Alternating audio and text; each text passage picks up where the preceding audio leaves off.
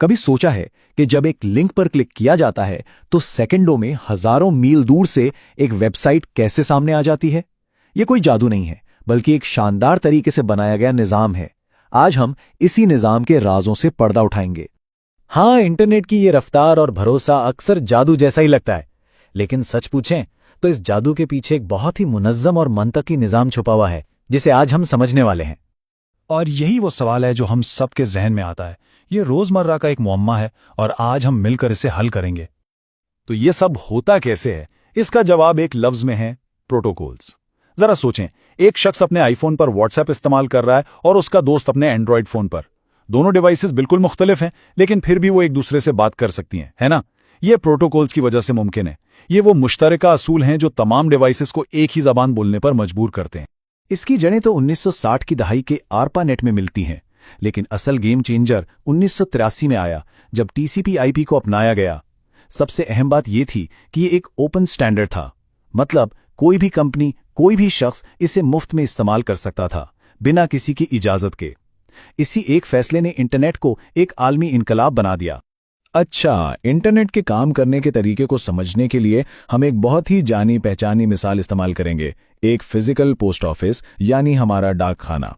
आइए इस पेचीदा मौजू को एक सादा अमल से जोड़ते हैं ताकि इसे समझना आसान हो जाए। ये मिसाल हमें इंटरनेट के बुनियादी उसूलों को समझने में बहुत मदद देगी। जरा एक खत भेजने के अमल को देखें। पहले खत लिखा जाता है, फिर नाम, फिर पता। इसके बाद डाकिया उसे उठाता है और सड़कों का इस्तेमाल करते हुए उसे मंजिल तक पहुंचाता है। गौर करें कि हर मरहले का एक अलग और मखसूस काम है। कोई भी मरहला दूसरे का काम नहीं करता। यही जिम्मेदारियों की अलहदगी का तसव्वुर इंटरनेट की बुनियाद है। तो अब देखते हैं कि डाक खाने का ये निज़ाम हमारे डिजिटल निज़ाम यानी टीसीपी/आईपी मॉडल की 5 तहों से कैसे मिलता जुलता है। यहां हम साफ साफ देख सकते हैं कि ये दोनों निज़ाम किस तरह एक दूसरे से बिल्कुल मुमासिल हैं। खत का मवाद है एप्लीकेशन परत, वसूल करने का नाम ट्रांसपोर्ट परत है, घर का पता इंटरनेट परत है, डाक की गाड़ी मुकामी नेटवर्क है और सड़कें वो हैं फिजिकल परत। तो सबसे ऊपर है एप्लीकेशन परत। ये वो जगह है जहां हम यानी इस्तेमाल करने वाले इंटरनेट से बात करते हैं। जब ब्राउज़र में कोई वेबसाइट खोली जाती है तो यही परत उस दरखास्त को तैयार करती है। ये हमारे खत का असल पैगाम है। अच्छा, एक कंप्यूटर पर तो एक ही वक्त में कई प्रोग्राम चल रहे होते हैं, तो ट्रांसपोर्ट परत पोर्ट नंबर का इस्तेमाल करके ये यकीनी बनाती है कि डेटा सही प्रोग्राम तक पहुंचे। बिल्कुल इसी तरह जैसे खत पर किसी खास शख्स का नाम लिखा जाता है ताकि वो घर के अंदर सही फर्द को मिले।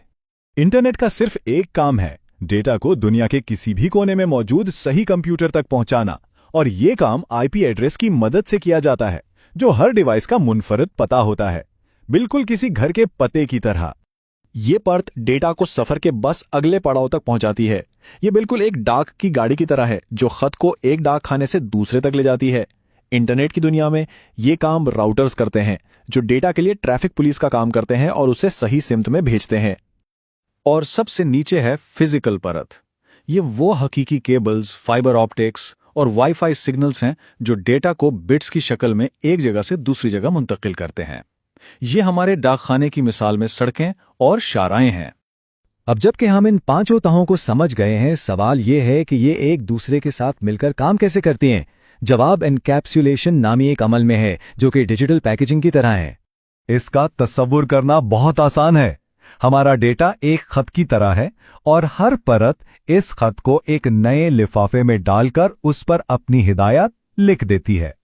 सब कुछ यहां से शुरू होता है। वेबसाइट की दरख्वास्त यानी खालिस डेटा, ये हमारा असल खत है किसी भी पैकेजिंग से पहले। फिर आती है ट्रांसपोर्ट परत और अपना लिफाफा शामिल करती है। तकनीकी जुबान में इसे हेडर कहते हैं। ये डेटा के शुरू में लिखी गई इजाफी मालूमात होती हैं, जैसे पोर्ट नंबर्स। इसके बाद इंटरनेट पर एक और बड़ा लिफाफा शामिल करती है। इस आईपी हेडर पर भेजने वाले और वसूल करने वाले कंप्यूटर्स के पते लिखे होते हैं। और आखिर में मुकामी नेटवर्क परत आखिरी पैकेजिंग करती है। ये न सिर्फ शुरू में एक हेडर शामिल करती है, बल्कि आखिर में एक ट्रेलर भी, जो डेटा की जांच पड़ताल के लिए होता है। ये मुकम्मल पैकेज अब एक फ्रेम कहलाता है, जो सफ़र के लिए मुकम्मल तौर पर तैयार है। और एक दिलचस्प बात यह है कि इस पैकेज को हर परत पर एक मुख्तलिफ नाम दिया जाता है। ट्रांसपोर्ट परत पर यह सेगमेंट कहलाता है, इंटरनेट परत पर पैकेट और मकामी नेटवर्क परत पर फ्रेम। तो आखिर इस तय दर तय निज़ाम का फ़ायदा क्या है? ये इतना मौसर क्यों है? इसकी कामयाबी का राज इसके डिजाइन की सादगी और जहानत में छुपा है। इस निज़ाम की सबसे बड़ी खूबसूरती है उसकी मॉड्यूलैरिटी, मतलब हर परत अपना काम करती है और उसे इस बात की फिक्र नहीं होती कि दूसरी परतें क्या कर रही हैं। इसीलिए आप आसानी से ईथरनेट केबल से वाईफाई पर जा सकते हैं और ब्राउज़र को पता तक नहीं चलता। ये लचक ही वो खुफिया जुज़्व है जिसने इंटरनेट को इतना बड़ा, काबिल भरोसा और हमेशा तरक्की पजीर बनाया है। तो अब जब हम जानते हैं कि ये तमाम परतें एक दूसरे पर इन्हिसार करती हैं, तो एक आखिरी सवाल ये बनता है, क्या कोई ऐसी एक परत है जो बाकी सबसे ज्यादा अहम है, जिसके बगैर इंटरनेट का ये पूरा निज़ाम बिखर जाएगा? इस पर जरूर गौर कीजिएगा।